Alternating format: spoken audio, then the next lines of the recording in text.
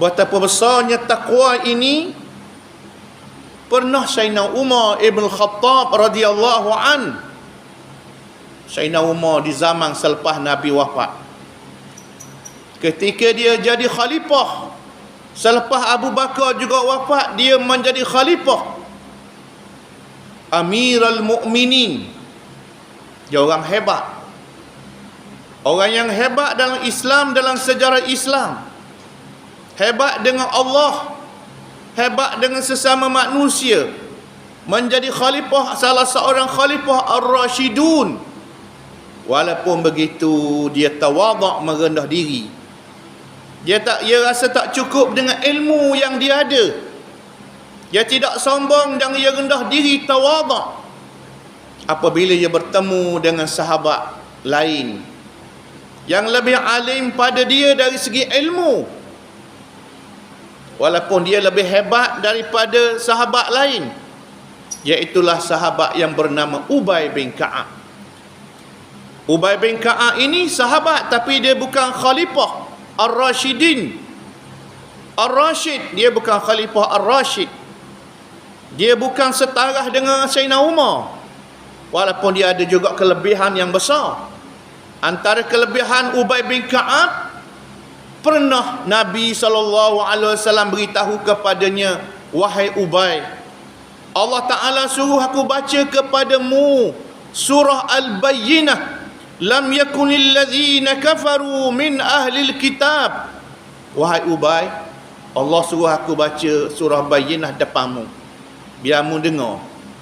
Ubay kata, wahai Rasulullah, adakah Allah Ta'ala menyebut namaku?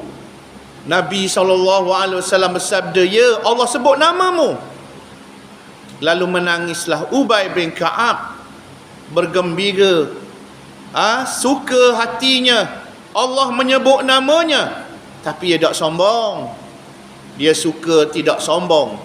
Ada orang yang suka, dia sombong pula. Ada orang suka sombong, rendah orang lain, pelekeh orang lain pula, hina orang lain, gelak orang lain. Ini bahaya. Ubay bin Ka'ab tidak melakukan demikian. Dia gembira apabila Allah menyebut namanya kepada Nabi SAW. Sayyidina Umar Ibn Khattab radhiyallahu an ketika menjadi khalifah, bertanyakan Ubay, wahai Ubay, apa itu takwa? Apa itu takwa? Abdullah, apa di Sayyidina Umar tahu beberapa perkara tentang takwa ni. Bukan dia jahil, tapi nak tambah ilmu lagi dan nak rendah diri, mengambil pengajaran daripada belajar.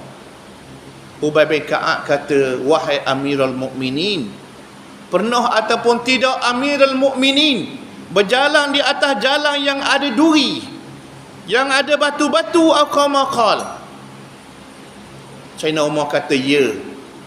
Apabila Sayyidina Umar kata ya, Ubay bin Ka'ab kata, bagaimana mu berjalan kalau ada duri? Kalau ada batu-batu, mu jalan lagu mana? Kata Sayyidina Umar, aku berhati-hati. Aku nak langkah, aku nak tak kaki aku berjaga-jaga, takut kena duri, kena batu. Kata Ubay bin Ka'ab, itulah takwa. Itulah takwa, berhati-hati.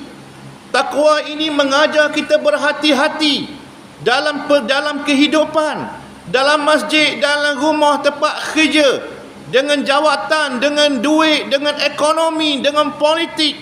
Di mana sahaja kita berada, kita hendaklah bertakwa, dengan makna jaga-jaga daripada terkena perkara haram ataupun syubhah, perkara-perkara yang dimurkai oleh Allah Subhanahu wa taala.